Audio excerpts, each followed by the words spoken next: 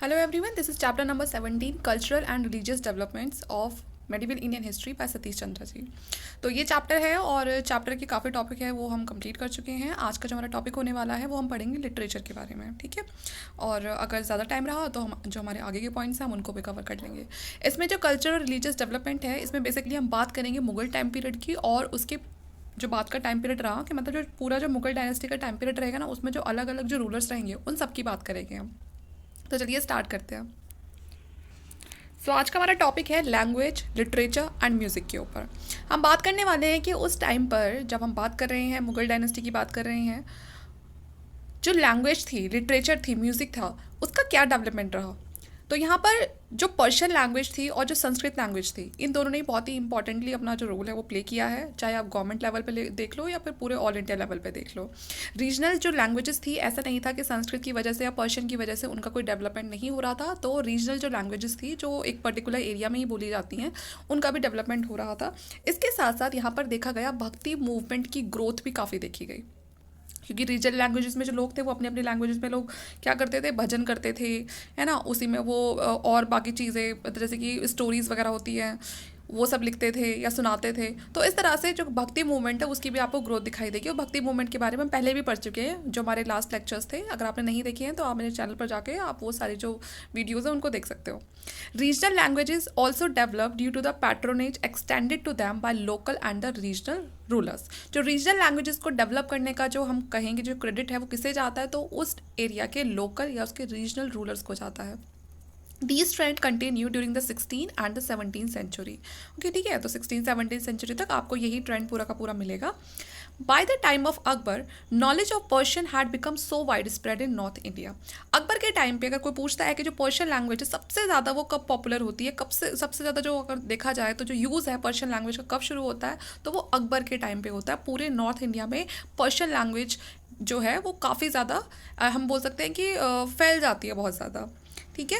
That dispense with the tradition of keeping revenue record in the local languages in addition to the Persian. धीरे धीरे जो revenue records थे वो भी आपको पर्शियन लैंग्वेजेस में देखने के लिए मिलेंगे। The tradition of keeping revenue records in the local languages continue in the Deccan state. पहले भी रखे जाते थे। ये तो जो लोकल लैंग्वेजेस है, पर्शिया से पहले लोकल लैंग्वेजेस में आपने देखे होंगे, मतलब हमने नहीं देखे लेकिन जैसे हमने बुक्स में पढ़ा है कि रीजनल लैंग्वेजेस में जो रिवेन्यू रिकॉर्ड्स वगैरह रखे जाते हैं। लेकिन अकबर के टाइम पे धीरे धीरे जो पर्शियन लैंग्वेज है उसने नॉर्थ इंडिया में रीजनल लैंग्वेजेस को रिप्लेस करके जो उसमें रिवेन्यू रिकॉर्ड्स रखे जाते थे, अब उन रिवेन्यू रिकॉर्ड्स को पर्शियन लैंग्वेजेस में रखा जाना मतलब मेंटेन करना शुरू कर दिया। लेकिन ये बात करें नॉर्थ इंडिया की, अगर हम देखें डेक्कनी स्टेट्स में, तो डेक्कनी स्टेट्स में अगर साउथ की बात करते हैं तो वहाँ पर अभी भी जो रिवेन्यू रिकॉर्ड्स हुआ करते थे वो लोकल लैंग्वेजेस में ही आपको देखने के लिए मिलेंगे, क्योंकि वहाँ पर मुगल रूल इतना नहीं था। वहाँ पर जो भी लोकल रूलर्स थे वो अपनी लैंग्वेजेस में ही अपने जो रिकॉर्ड्स है वो रख रहे थे। ये कब तक देखा जाता है, last quarter of the 17th century. Persian prose and poetry reached a climax under Akbar's reign, ठीक है। तो पर्शियन जो पोइट्री वगैरह थी अकबर के टाइम पे काफ़ी ज़्यादा वो अपने क्लाइमैक्स पे पहुंच चुकी थी। जैसे कि हम एक इम्पॉर्टेंट जो स्कॉलर है अबुल फजल, आपने नाम भी सुना होगा, काफ़ी बड़े स्कॉलर थे ये। इनको देखते हैं तो काफ़ी नाम रहा है इनका, काफ़ी राइटिंग्स वगैरह इनकी मिली हैं जो एक जनरेशन से दूसरे जनरेशन तक चली है। इन्होंने काफ़ी कुछ बताया है। The leading poet of the age was his brother Faizi who also help in Akbar translation department. Akbar ने एक ट्रांसलेशन डिपार्टमेंट बनवाया था, तो उसमें जो फैजी थे ये इन्हीं के भाई थे, इन्होंने भी काफ़ी उसमें काम करा है। And the translation of the Mahabharata was carried out under his supervision. और ये फैजी के ही जो टाइम पे ही मतलब जो ये इन्हीं के सुपरविजन में जो महाभारत है उसको भी ट्रांसलेट किया गया। उत्बी नज़ीरी, ये और दो आपको पर्शियन पोइट्स के नाम देखने के लिए मिलेंगे। तो आपने ना नाम याद रखना है, अबुल फजल हो गया, फैजी, उत्बी, नज़ीरी, ये सब कौन है, ये पर्शियन पोइट्स हैं। और ये इनका जो ये जो दोनों के दोनों हैं उत्बी और नज़ीरी, इनका जो बॉर्न है वो पर्शिया का ही है, ठीक है। और भी बहुत सारे पोइट और स्कॉलर्स रहे हैं जो ईरान से इंडिया में आए, ईरान से इंडिया में आते हैं during the period and made the Mughal court one of the cultural centre of the Islamic world. और मुगल कोर्ट को एक बहुत बड़ा कल्चरल सेंटर ये बना देते हैं इस्लामिक वर्ल्ड का। अब यहाँ ऐसा नहीं था कि सिर्फ जो मुगल्स आ रहे हैं यहाँ पर, जो मुस्लिम आ रहे हैं उन्हीं का काम चल रहा है, जो हिंदूज थे उनका भी काफ़ी कॉन्ट्रीब्यूशन रहा है पर्शियन लिटरेचर के अंदर। Apart from literary and historical work, a number of famous dictionaries of the Persian language were also compiled, ठीक है। तो यहाँ पर बताया गया है कि लिटरेरी या हिस्टोरिकल वर्क के साथ साथ जो पर्शियन डिक्शनरीज थी वो भी काफ़ी फेमस थी और उनका भी यहाँ पर आपको इस टाइम पे कंपाइलेशन मिलेगा। The number of Sanskrit works produce during the period is quite impressive. इस टाइम पे देखो जो कुछ संस्कृत वर्क भी हुए हैं, ऐसा नहीं है कि बिल्कुल वो संस्कृत को भूल गए थे, तो वो भी काफ़ी ज़्यादा इम्प्रेसिव हैं। Most of the works were produced in the south and east India under the patronage of local rulers. और ये जो संस्कृत का ज़्यादा काम हुआ है इस टाइम पे, इसको करने में किसका हाथ है? या तो साउथ में हुआ है वो काम, या फिर ईस्ट इंडिया में हुआ है अंडर जो वहाँ पर लोकल रूलर्स थे, ठीक है, उनके संरक्षण में यहाँ पर संस्कृत में भी काफ़ी काम हुआ है। But the main centre was Banaras, ठीक है। तो वैसे तो काफ़ी जगह हो रहा था, लेकिन अगर आप मेन सेंटर की बात करें जहाँ पर संस्कृत को लेकर सबसे ज़्यादा काम किया गया है तो वो है आपका Banaras. A few work were produced by the Brahmins. तो बहुत सारा जो कुछ काम यहाँ पर बताया है कि जो ब्राह्मण्स की ने इसमें किया था संस्कृत में, क्योंकि देखो जो ब्राह्मण्स थे उन्हीं को काफ़ी ज़्यादा नॉलेज होती थी संस्कृत की। और ये जो ब्राह्मण्स थे ये मुगल एम्पर के कोर्ट में भी थे, ठीक है, इनको भी रखा जाता था जॉब पर, ब्राह्मण्स को भी, कि ये ट्रांसलेट करें जो संस्कृत टेक्स्ट है उनको ट्रांसलेट करके ये उसे पर्शियन वगैरह में ट्रांसलेट करें। Regional languages acquired stability and the maturity, and some of the finest lyrical poetry was produced during this period, ठीक है। The dalliance of Krishna and Radha and the milkmaid prank of the child Krishna. तो यहाँ पर देखो कृष्ण राधा और उनकी stories हो गई, ठीक है, जब कृष्ण जी छोटे थे उनकी बहुत सारी जो स्टोरीज थी, भगवत पुराण, इन सबको अलग अलग जो लैंग्वेजेस थी उसमें ट्रांसलेट किया गया। यहाँ पर ये आपके सामने ये लैंग्वेजेस है ना, और कुछ पर ये पोइट्री वगैरह लिखी गई, बंगाली में, उड़िया में, Hindi, Rajasthani. Many devotional hymns to Ram was also compose, ठीक है ना, जो भगवान राम है उनके बारे में भी यहाँ पर जो भजन वगैरह हैं वो लिखे गए। Ramayana and Mahabharata were translated into the regional languages. अभी तक देखो जो ये इंपॉर्टेंट जो ये थे कृष्ण राधा इन सब के जो ये थे, ये अभी तक आपको संस्कृत लैंग्वेज में मिलते थे, वही जो पुराने टेक्स्ट में लिखे हुए थे उसी में थे, सब इनको नहीं समझ पाते थे, तो इसलिए इनका ट्रांसलेशन अलग अलग लैंग्वेजेस में हुआ। इसके साथ साथ जो रामायण और महाभारत है इनको भी जो लोकल लैंग्वेजेस है, रीजनल लैंग्वेजेस है, उसमें ट्रांसलेट किया गया। कुछ और यहाँ पर ट्रांसलेशन आपको देखे जाएंगे। And adoption from Persian was also made. Both Hindus and Muslim contributed in this, ठीक है, तो इसमें हमें हिंदू और मुस्लिम दोनों का कॉन्ट्रीब्यूशन दिखाई देगा ट्रांसलेशन में। All composed in Bengali and also translated from Russian. In Hindi, Padmavat, Padmaavat तो सबने सुना है ना, Padmavat, the story written by the Sufi saint Malik Mohammad जैसी। तो ये स्टोरी किसने लिखी है पद्मावत की? मलिक मोहम्मद जैसी ने लिखी है। और इसमें उन्होंने क्या बताया है? The attack of Alauddin Khilji on Chittor, के किस तरह से जो अलाउद्दीन खिलजी था उसने चित्तौड़ पर अटैक किया था। तो यहाँ पर मलिक मोहम्मद जैसी ने इस स्टोरी के बारे में बता रखा है। Sufi ideas on the relation of soul with God, ये सब चीज़ें भी आपको मिलेंगी उस टाइम पर, along with Hindu ideas about maya, ठीक है, तो ये सारी आपको ये पद्मावत में देखने के लिए मिल जाएंगी। Medieval Hindi in the Braj form is the dialect spoken in the neighbourhood of the Agra, was also patronized by the Mughal emperor. जो लैंग्वेज थी ब्रिज भाषा, ठीक है, मेडिवल हिंदी में, तो ये आगरा और उसके आसपास बहुत बोली जाती थी। तो ऐसा नहीं था कि मुगल एम्पर के टाइम पे इनको बिल्कुल ख़त्म कर दिया था, नहीं, ठीक है, इनको पूरी तरह से प्रोटेक्शन मिली हुई थी। From the time of Akbar Hindi poets began to be attach to the Mughal court. Akbar के टाइम पे बहुत सारे जो हिंदी पोइट्स थे वो मुगल कोर्ट से जुड़े हुए थे। लीडिंग मुगल नोबर अब्दुल रहीम खान खाना, ठीक है, इन्होंने काफ़ी ज़्यादा कुछ चीज़ें भक्ति पोइट्री के बारे में, Persian ideas of life and human relation, इन सबको मिला जुलाकर बहुत सारी चीज़ें लिखी हैं।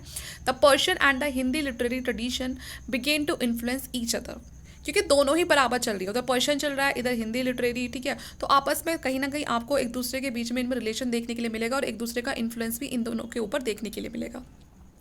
But the most influential Hindi poet was Tulsidas. लेकिन यहाँ पर जो एक सबसे इंपॉर्टेंट जो पोइट निकल कर आएंगे वो है तुलसीदास, जिन्होंने राम जी के बारे में बताया है कि वो भगवान थे, हीरो थे, ठीक है, and he use a dialect of Hindi spoken, और यहाँ पर उन्होंने हिंदी लैंग्वेजेस का यूज़ किया है eastern part of Uttar Pradesh से जो बिलोंग करते थे।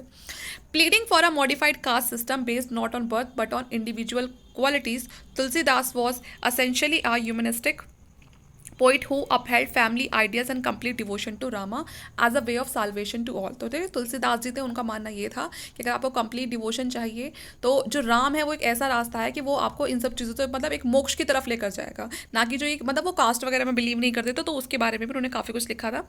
इन South India Malayalam started as its literary career as a separate language in its own right. South India में आपको मलयालम का यहाँ पर ज़्यादा अब वो दिखाई देगा, जो स्प्रेड है वो मलयालम लैंग्वेज आनी शुरू हो जाएगी। Marathi reach its apogee at the hand of the Eknath and Tukaram. साथ में जो मराठी के बारे में जो ज़्यादा काम किया वो एकनाथ और जो तुकाराम थे उन्होंने किया। Importance of Marathi, Eknath exclaim if Sanskrit was made by God was प्राकृतिक बॉर्न ऑफ थीव्स। तो जो ये एकनाथ है ये बोलते थे क्योंकि ये मराठी लैंग्वेज, ये चाहते थे कि मतलब जो बाकी लैंग्वेजेस हैं उनको भी इंपॉर्टेंस दी जाए। ऐसा नहीं है कि संस्कृत को, वो बोलते थे कि अगर संस्कृत लैंग्वेज भगवान ने बनाई है तो कि जो प्राकृतिक लैंग्वेज है वो चोरों ने बनाई है, तो इस तरह से बोलते थे। Let this airing be of vanity alone, God is no partition of tongue to him, प्राकृतिक एंड संस्कृत आर अलाइक। तो इसलिए उनका मानना ये था कि जो सारी भाषा है सब बराबर है, ऐसा नहीं है कि एक लैंग्वेज को आपने इतना सुपीरियर बना दिया, दूसरी लैंग्वेज को आप पूछ ही नहीं रहे हो। My language Marathi is worthy of expressing the highest sentiment, कि जो मेरी लैंग्वेज थी, मतलब जो उनकी लैंग्वेज है मराठी, वो मतलब उसको वो काफ़ी ज़्यादा एक्सप्रेसिव मानते थे। And is rich with laden and the fruit of divine knowledge, मतलब अपनी लैंग्वेज को यहाँ पर उन्होंने काफ़ी तारीफ करी है। And this undoubtedly expresses the sentiment of all those writing in the local languages. साथ में मतलब यहाँ से पता चलता है कि देखो बाकी जो लोकल लैंग्वेजेस थी उन्हें लिखने वाले जो लोग थे वो अपनी लैंग्वेज के साथ कितने ज़्यादा जुड़े हुए थे। It also shows the confidence and the status acquired by these languages due to the writing of the Sikh gurus, Punjabi received a new life. ठीक है, तो यहाँ पर सब लोगों ने अपनी अपनी लैंग्वेजेस में काम करे हैं। Another branch of cultural life in which Hindu and Muslim cooperated was music. अब दूसरी चीज़ है म्यूज़िक के क्या हालात थे यहाँ पर, जिसमें हिंदू और मुस्लिम दोनों ने मिलकर यहाँ पर देखते हैं क्या काम किया है। Akbar patronise Tansen of Gwalior. हम सबको पता है ना, अकबर के कोर्ट में कौन थे? तानसेन थे, जो काफ़ी ज़्यादा राग वगैरह गाते थे, काफ़ी नाम था इनका। Jahangir and Shahjahan as well as many Mughal nobles follow this example. अब जो अकबर ने यहाँ पर जो म्यूज़िक है उसको बहुत ज़्यादा पेट्रोनाइज यहाँ पर किया, वैसे ही आगे चल के आपको जो जहांगीर और जो शाहजहाँ है और भी बाकी जो नॉबल्स हैं वो भी इसको फॉलो करते हैं इस ट्रेडिशन को। There are many stories about the burial of the music by the orthodox Aurangzeb. लेकिन औरंगजेब नहीं करने वाला, औरंगजेब को ये काम बड़ा फालतू का लगता था म्यूजिक, ठीक है, काफ़ी ऑर्थोडॉक्स रूलर था वो। Recent research shows that the Aurangzeb banished singing from his court, है ना। तो बहुत सारे जो सोर्सेज हैं उनसे हमें पता चलता है कि जो औरंगजेब है उसने अपने कोर्ट से जो सिंगिंग है उसको हटा दिया था, but not playing of musical instrument. लेकिन म्यूजिकल इंस्ट्रूमेंट उसको अच्छे लगते थे तो वो नहीं हटाए थे। In fact Aurangzeb himself was accomplished Veena player, क्योंकि वो खुद बहुत अच्छा वीना बजाता था, उसको अच्छा लगता था। Music in all forms continue to be patronize by the Aurangzeb queen in the harem and by the princes and the nobles. ठीक है, तो जो म्यूजिक था बाकी आगे चल के वो कंटिन्यू रहेगा। कौन? औरंगजेब नहीं करेगा, बल्कि औरंगजेब का जो हरम था जहाँ पर उसकी रानियाँ रहती थी, उसके प्रिंस मतलब रहते थे, तो वहाँ पर जो म्यूज़िक था वो चलता है आगे भी। That is why largest number of books on classical Indian music in Persian were written during the Aurangzeb reign. तो इसीलिए ये वही टाइम है कि जब हमें तो ये पता है कि औरंगजेब ने जो म्यूज़िक है उसको हटा दिया था, लेकिन औरंगजेब ने वो कोर्ट वगैरह में हटाया था, लेकिन अगर देखा जाए हरम में, तो हरम में वो अभी भी फॉलो हो रहा था जो म्यूज़िक था। तो इसलिए पर्शियन में हमें बहुत सारी राइटिंग्स मिलेंगी इंडियन क्लासिकल म्यूजिक्स के ऊपर जो औरंगजेब के टाइम पर ही कंपोज की गई हैं।